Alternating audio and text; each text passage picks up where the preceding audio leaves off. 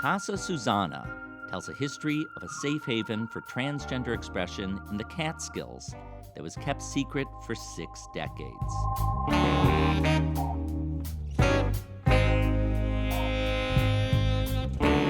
I'm Thom Powers, and this is Pure Nonfiction. The film Casa Susanna made its debut last year at the Venice and Toronto Film Festivals. It's now streaming on PBS Passport. The first clue about the story was a book published in 2005 called Casa Susanna. It's a collection of amateur photographs discovered at a Manhattan flea market. They reveal a community of cross-dressing men in the Catskills outside of New York City. One photograph shows a homemade property sign that says Casa Susanna.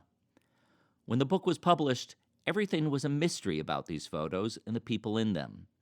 The French filmmaker Sébastien Lifshitz was mesmerized by the book. He's been making films about queer culture in France for over 25 years. He learned that a photo historian named Isabelle Bonnet had conducted deeper research into Casa Susanna and identified 4 living witnesses to its history. Sébastien convinced those 4 to be interviewed for the film. One is Kate, now in her 80s. She grew up in Australia. I can remember as far back as about 5, my sister dressing me in one of her old dresses. The fact that I absolutely adored the feeling and wanted it to go on, wished it could happen every day. Wished that when my father came home from the sea, I could say, "You've got 2 daughters now." One doesn't know where these thoughts start. Eventually, Kate came to the United States, seeking to find a community that would understand her. Visiting Casa Susanna was almost a necessity for me.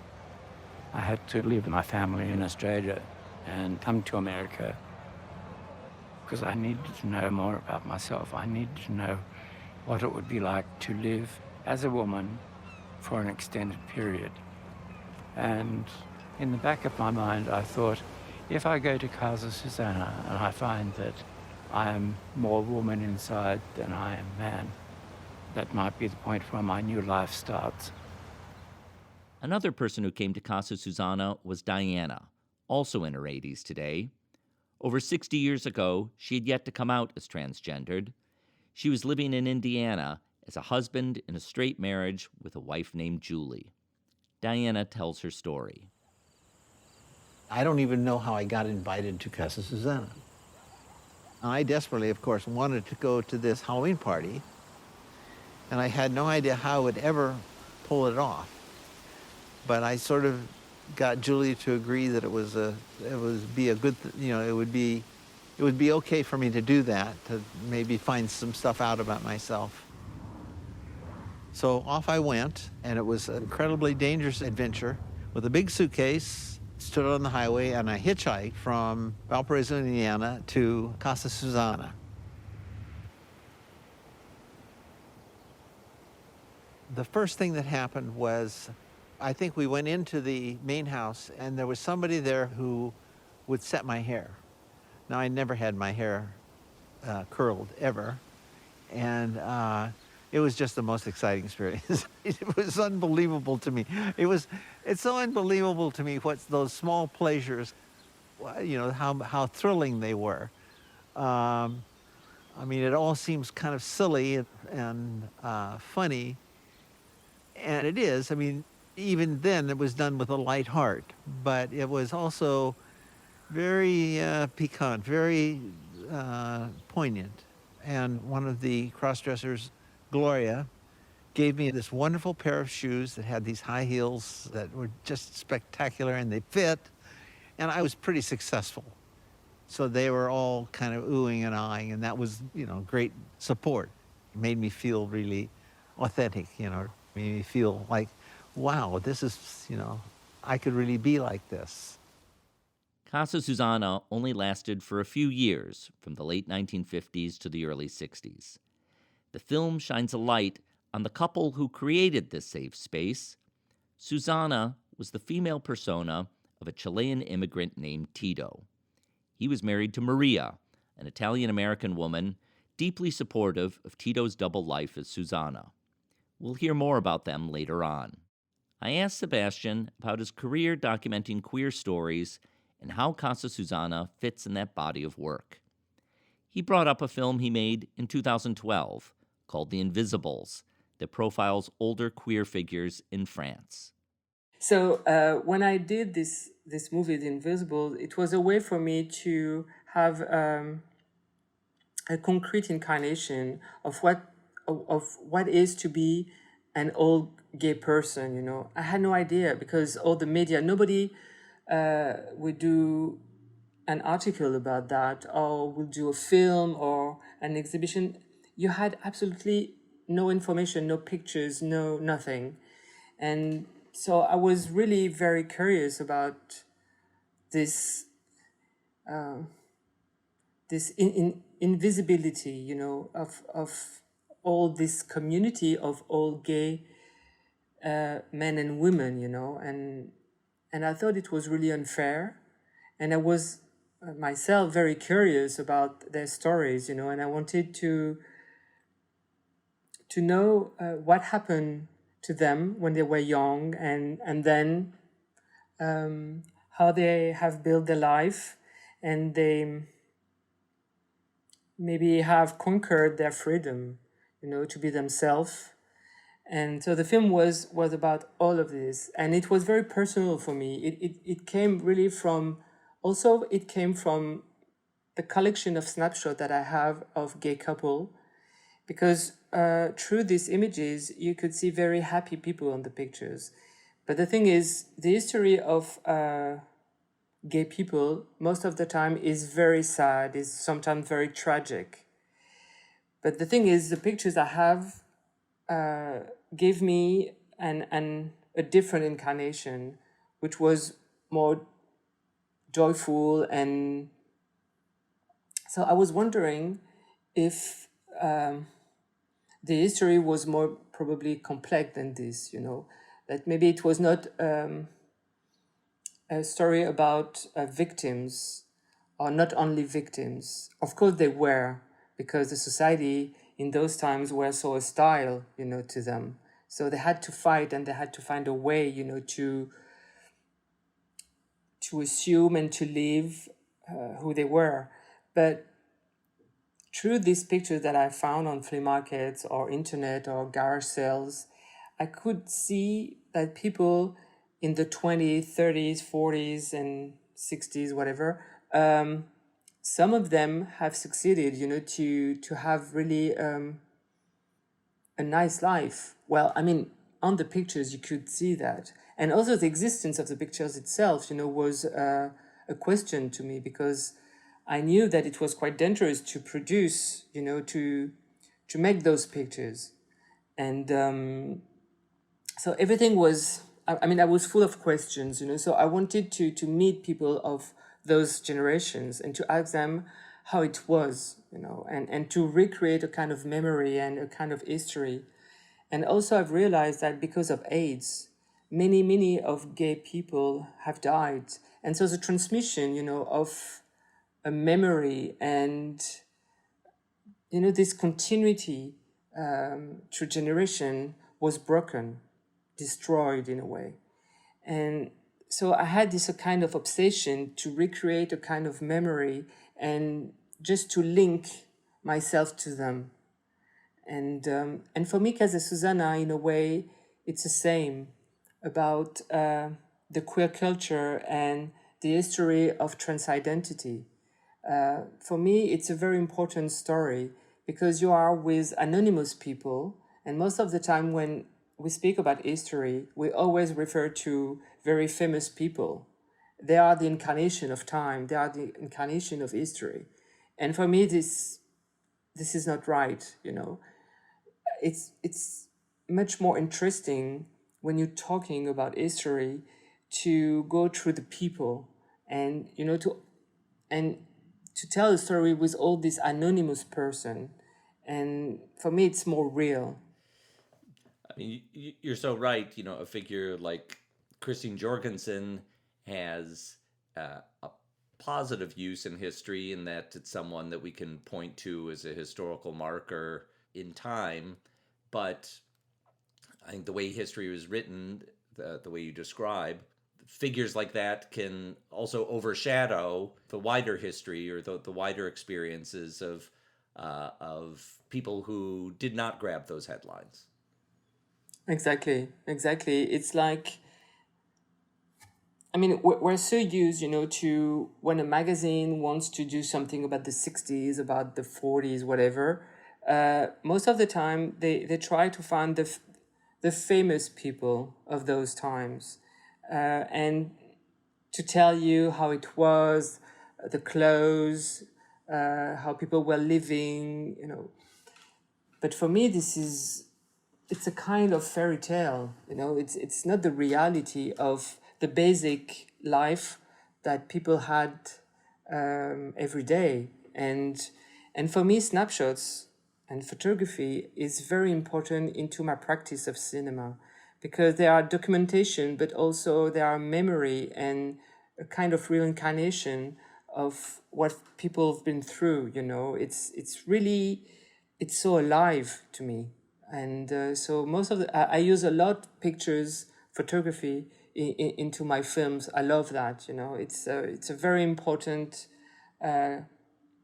incarnation of what I'm trying to say. Kate and Diana, the two women who were participated in Casa Susanna, when you met them, what was their feelings about participating in a project like this? Kate was already someone who was into the militancy. She has written an autobiography in Australia, because she was living in Australia. And so for her to build a narrative from her life was something easy. It was something that she was into, this desire, to make people understand what is to be a trans woman. And but for Diana, it was something else, because Diana had a surgery for, how do you say, a réassignation. Gender reassignment surgery. Gender reassignment, exactly. So she had this very young, actually, when she was around 24, 25, in Mexico, in Tijuana, exactly. And then after the operation, she became a kind of invisible woman into the American society. She went to the West Coast, and she lived there as a woman. And for like 60 years, nobody knew her story. And I remember when I talked to her about being into the film, on one hand, I think she was a bit afraid. She didn't know if she was able to create a kind of narrative with her life, and if it was possible for her to be natural in front of a camera, and to remember everything, all the details. But also I think it was very challenging to her, because it was the first time for her that she would say that the person she was, she was watching herself, in front of the camera. And it was a big deal for her. It was very important, because now that she's at the end of her life, she felt the need to reconciliate in a way with her whole story.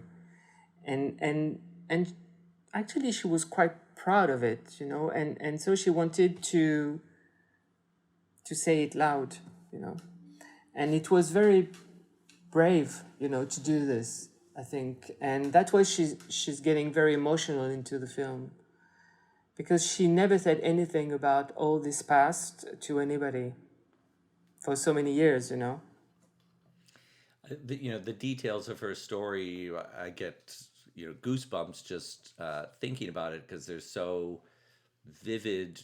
Her hitchhiking from Indiana to the Catskills to be part of this community, and It was crazy. It was, I mean, she put herself in so big danger in a way, you know, but the need to do it, to meet all these people. I mean, she felt so lonely and she didn't know how to build her life, you know, as a woman.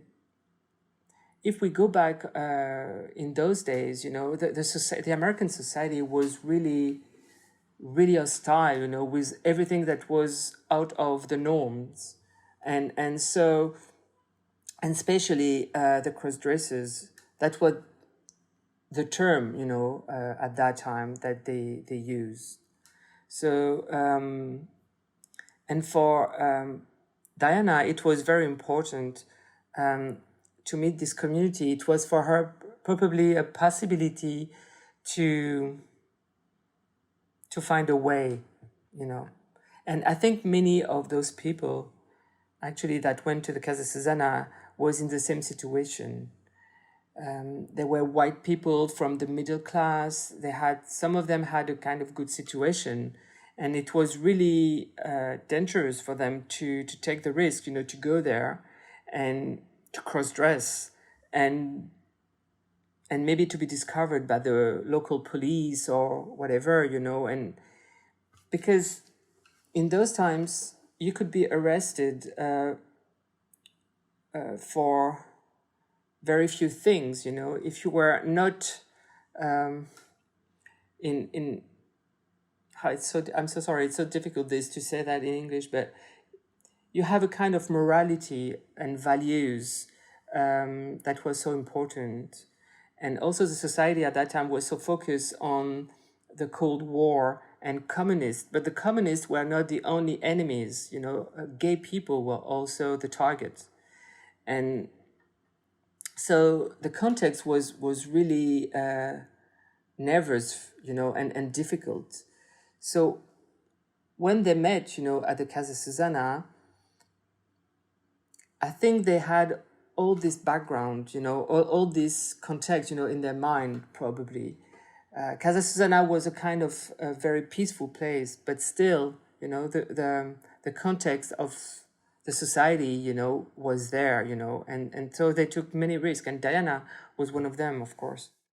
Now I want to bring up another key figure in the film named Gregory. He's the grandson of Maria, who is married to Tito, a.k.a. Susanna. As a boy, Gregory spent summers at Casa Susanna and grew up with a non-judgmental attitude about it. His grandmother, Maria, owned a wig shop in Manhattan. Gregory tells her story. And then one day she met Tito, this gentleman who came into the shop and was trying on wigs and pretending it was for his sister or his niece or something like that. And she basically outed him and said, "Oh, come on, I know this is for you." And he was rather shocked, but she did it in a loving way.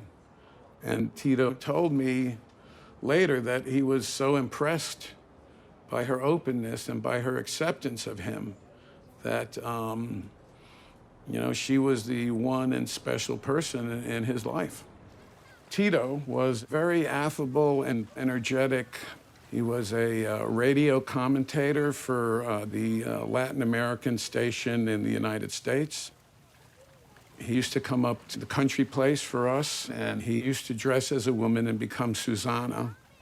And we weren't supposed to know that. And so one day I was at the porch in the country, and Susanna grabbed me and sat down and had a conversation and revealed himself to me. And at the end of the conversation, I said to him, you know, if my grandmother loved you, then you were okay with me. And he was very touched by that. Sébastien explained that he met Gregory through the photo historian Isabelle Bonnet. Actually, Isabelle has found Gregory through the name of Susanna. She has made some, there was some possibility in the whole state because there was different people with the same first name and name, you know. And so she has made some email like this, and one of them has answered, and it was Gregory. And he was very surprised, I think, first, that Isabel could find him, and knew about the story of Casa Susanna.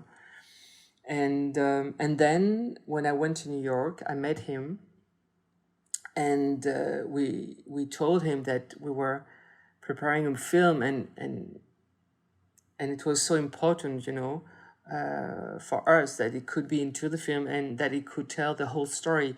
Because the thing is that Isabel has found many important elements, of the story, but not the whole thing, not the whole story. Gregory was actually the only one who knew everything, especially also the end of the Casa Susanna, because nobody knew exactly what happened, what it has stopped suddenly from one day to another. And also so many details that Gregory was the only one to know, about the relation between Susanna and Maria. Because Casa Susanna is first, this crazy love story about Susanna and Maria. Well, Gregory is such a striking figure in the film um, because whatever associations we make about people based on their appearance, when I see Gregory, I think of an Italian American New Yorker who is probably uh, more traditional and not open to transgender lifestyles. And so to hear him be so insightful, compassionate, um, uh, is kind of a revelation from the moment that we see him on screen to the stories we hear him tell in the film. Gregory is an amazing guy. He has such an open mind, and a big heart, really. And he loved his grandmother. I think Casa Susanna was for him a kind of lost paradise. He grew up there during holidays and during some weekends, and he loved being there with this community. The problem was more with his mother, actually, because Maria had a daughter from a previous marriage, and Yolanda, that was the name of Maria's daughter, was a very conservative woman, and from time to time she was very hostile to those people, who was going to the Casa Susanna, and also she was protecting probably too much, her kids, because for her it was very not normal, just to have all these people. She was just afraid, and also probably the context of the period, was such create a kind of fear, of everything, and so Gregory, said to me that, and he said also into the film that Yolanda was really in between, From time to time, she was okay with Susanna, and because Susanna has helped her to think and maybe to go into show business, because Yolanda has some desire to become a famous singer, and so Susanna was helping her, about that. So during those moments, it was okay. Let's say the relation was okay, but probably Yolanda was not accepting to see her mother loving Tito Susanna, and to see them as a couple, And for her, it was so weird, because when Susanna was a woman, then she would see her mother as a lesbian, and they were a kind of lesbian couple, and probably for her and for those times, it was just impossible to admit that, it was just impossible. The book of photographs came out, and there were people like you who discovered it and became deeply curious about Casa Susanna, and then many years go by before you're able to connect with these people who actually knew the story of the place. Um, were they aware that there were people like you uh, who had developed this curiosity? You said a minute ago that Gregory was surprised that anyone was interested or knew anything about the history of Casa Susanna. Did he know about the existence of that book? I know Kate has the book. Diana, I'm not sure. Maybe, but I'm not sure. And Gregory, no. Now I remember. Gregory didn't know about the book, and he was quite upset actually, because he thinks that the picture that you can see into the book and those pictures were found on the flea market on the 25th Street in New York, were stolen actually from Susanna apartment, or they were a part of Susanna's how do you say property, I mean Yeah. and so he was kind of quite upset that that to realize that a book was made just like this. But on the other hand, he understood that it was also important to reveal that story, that people could know everything that happened there, and what his grandmother did, for everybody, and what Susanna was, and everything. So, but it's true that he didn't know, and I think Diana didn't know herself too. So, but that clears up a mystery about the book and the original source material.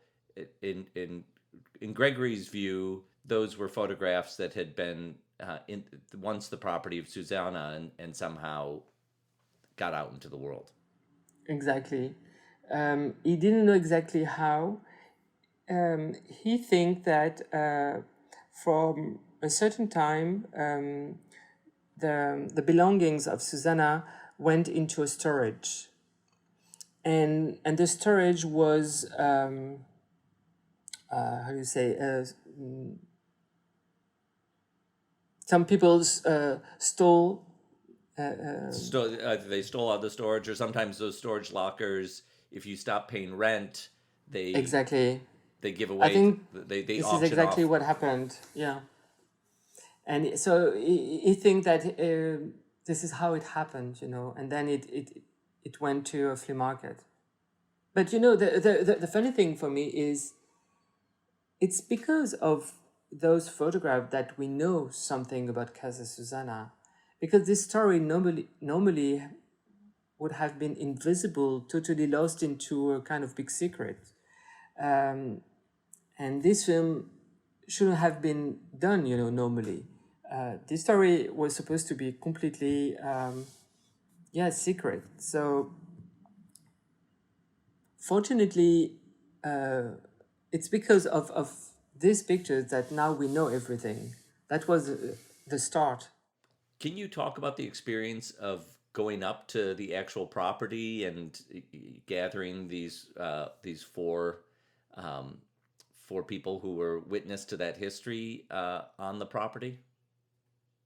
Well, for me, the experience of going to the Casa Susanna and also to invite the witnesses of the film to go there was very important, because it was a way for me to create a kind of emotional environment.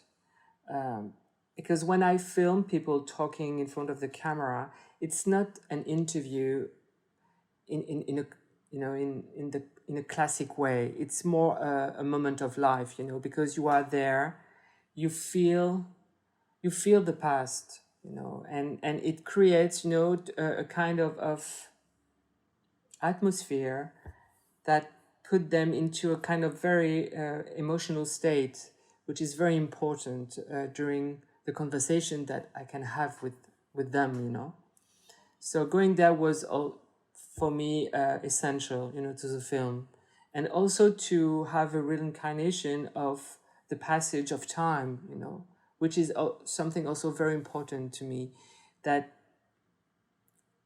what the ruins, of the property, and are very moving to me.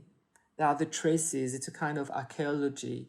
When you do a film like this, like photographs, everything are traces of time, and through the trees and the wind and the houses, and everything is speaking to you.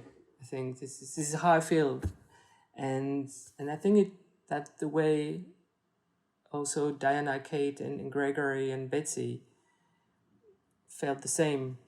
I want to ask you about your work with the editor, Tina Boz, who I see that you've worked with on other films before. The structure of this film is so delicate because it doesn't have, it doesn't have like a strong continuity to it.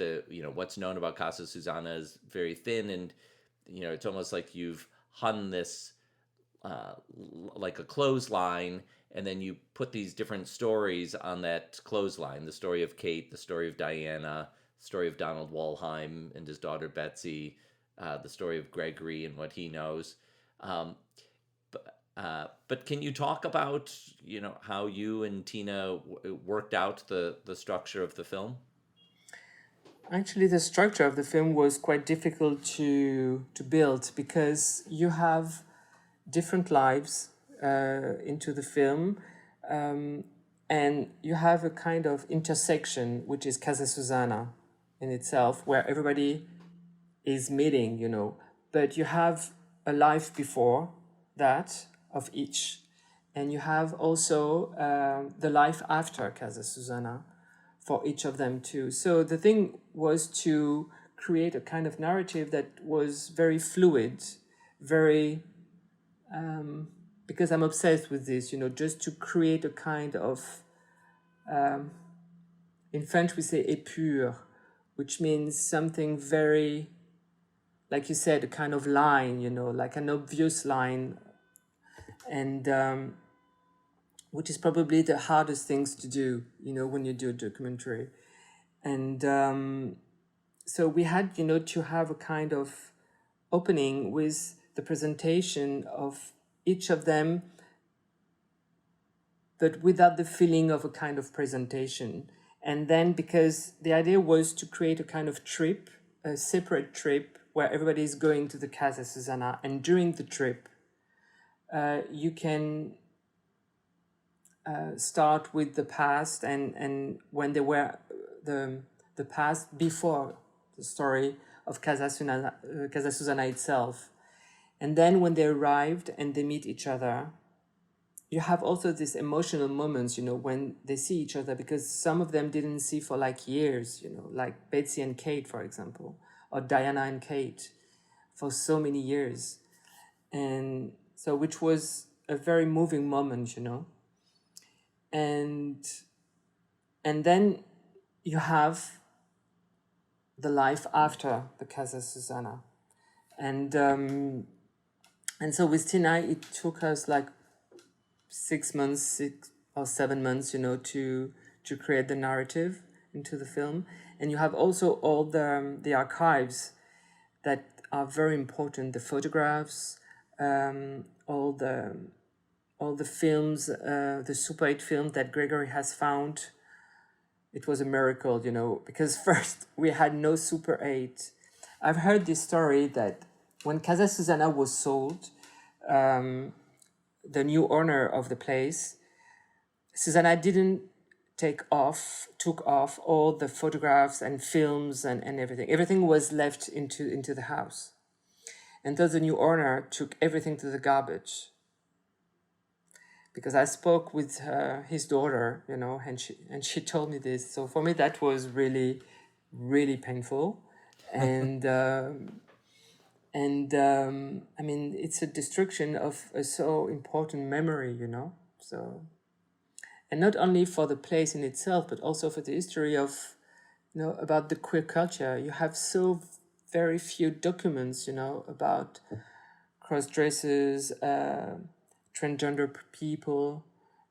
There are so rare, you know. So there had been the destruction of films and photographs a long time ago, but Gregory managed to find some things along the way. Yes, in his garage, actually.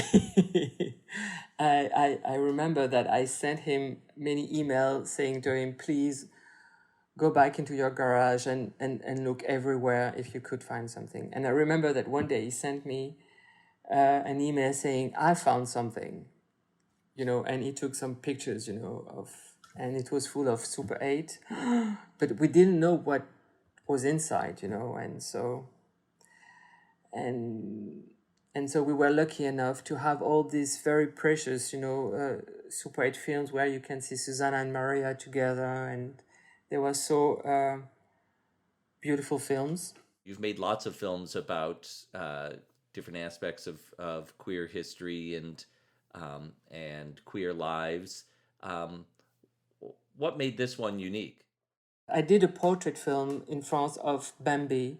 Bambi, not the character of Walt Disney, but Bambi is one of the first transgender women in France, and she had an amazing life. And I remember that when I was doing this film, Bambi was so full of joy, and her life is so just amazing. It's really like a fairy tale. And I remember when I was doing Casa Susanna, I could feel that the context of all those lives were so much more violent, I would say. And so I could feel that how difficult it was for these people during the 50s and 60s, and how American society was violent in those times. And so against, and how difficult it was for them, you know, to assume who they were and to be free, you know. It was really a fight, a big fight. And so I feel so much respect, you know, and for me the film is a kind of tribute to them, you know, because they were pioneers, and I don't know, I feel, yeah, I love them, really.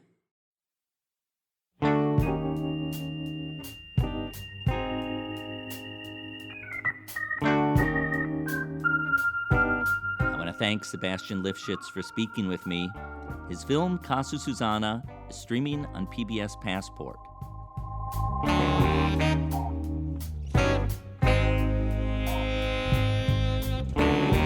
I hope you'll subscribe to Pure Nonfiction's email newsletters. We have Producer's Notebook on the business of documentary and Editor's Notebook on storytelling. You can subscribe for free at purenonfiction.net. Thanks to our team. Series producer, Hannah Nordenswan. Marketing manager, Bella Racklin. Our intern, Sahai John, and web designer, Cross Strategy. Our theme music is composed by Andre Williams, and our executive producer is Rafaela Nehausen. I'm Thom Powers. Follow us on Instagram at Pure Nonfiction.